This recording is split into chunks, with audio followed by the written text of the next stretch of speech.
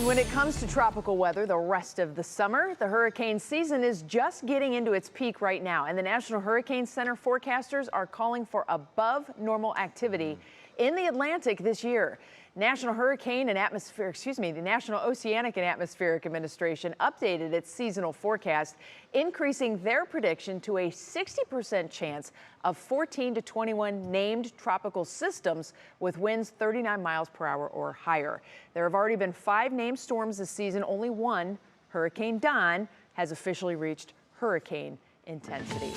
And just because there's a storm does not necessarily mean it will make landfall. Right. That's the other part. Don just kind of floated around out in the ocean. Right. It was just a threat to fish. Does anyone remember any of these? Yeah. I mean, you don't yet because most of them are out to sea and they're boaters that have to pay attention to those. But, you know, it just takes one. I mean, we could have the quietest hurricane season and you get one devastating storm and everyone remembers that. That's the bad one. So we're going to jump into it here in terms of, you know, it's been a fairly quiet season so far, all things considered. If we look at tropical cyclone formation by months, a lot of people get confused. They think summer months are the busiest ones, but it's when the water is warmest. So August, we're starting to get into it, and September is that peak. Typically September around the 11th to the 14th is when you see the most tropical storms and hurricanes out of open water. Then October's pretty busy as well, and we've seen storms as late as December. But overall, we're just now getting in to what you'd consider the peak of tropical system or tropical storm season. But look how quiet the Atlantic is. We typically watch out here. This is called the intertropical convergence zone, one of the biggest weather words,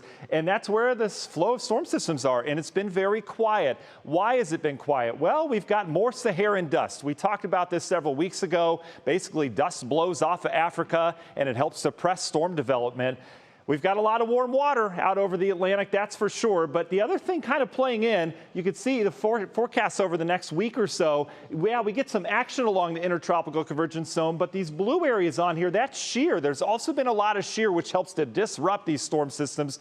So despite the fact there's way above average water temperatures in the Atlantic, and a big part of that is because they haven't been stirred up by tropical systems, but because of that and the fact we've got shear, it's not going to be active at least over the next 2 weeks as it looks right now. But that Saharan dust is really playing a big role. Again, it blows off of the African coast, heads up into the air. And when you're talking tropical systems, you need a couple things. You need moisture, right? It's got to be abundant. You need warm water temperatures. And as long as that sun can get down to the surface, it heats that water just fine.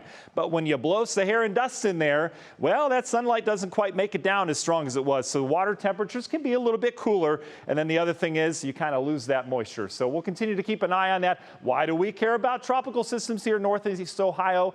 We tend to get remnants of it. I remember as a kid, I think it was 93, we got Hugo in here. That was a good windstorm, and we can get certainly some strong storms. We've had Opal as well. A lot of memorable storms back in the past. Tomorrow, no tropical systems, but we could get some tropical rainfall. We'll start dry. We're in the 60s. By evening, we're talking scattered rain and storms, and get used to that. We've got several evenings here of some scattered rain and storms. We've had a couple, still another storm out over Geneva on the lake right now. You can see a couple leftover showers here as you get down towards the south. But the bigger picture across the country, eyes turn out towards the west. Another ripple of energy coming eastward will bring a parade of storms through here. This one arrives Friday night, another one into Saturday, and yet another one on Monday. Not sure why I have this Hawaii satellite in there, but the Browns tomorrow, again, this is going to be a game to watch. We will have storms around. Is it going to be a washout? Not at all, but we're going to be watching storms especially close to the lake. Modeling's been pretty consistent with this. National Design Martin hour-by-hour forecast. We have a dry, nice, pleasant start to our Friday. We'll be dry midday, and then as we get towards that evening rush hour, watching that next wave come in here. And the modeling's been consistent in keeping storms active near the lakeshore, especially tomorrow evening.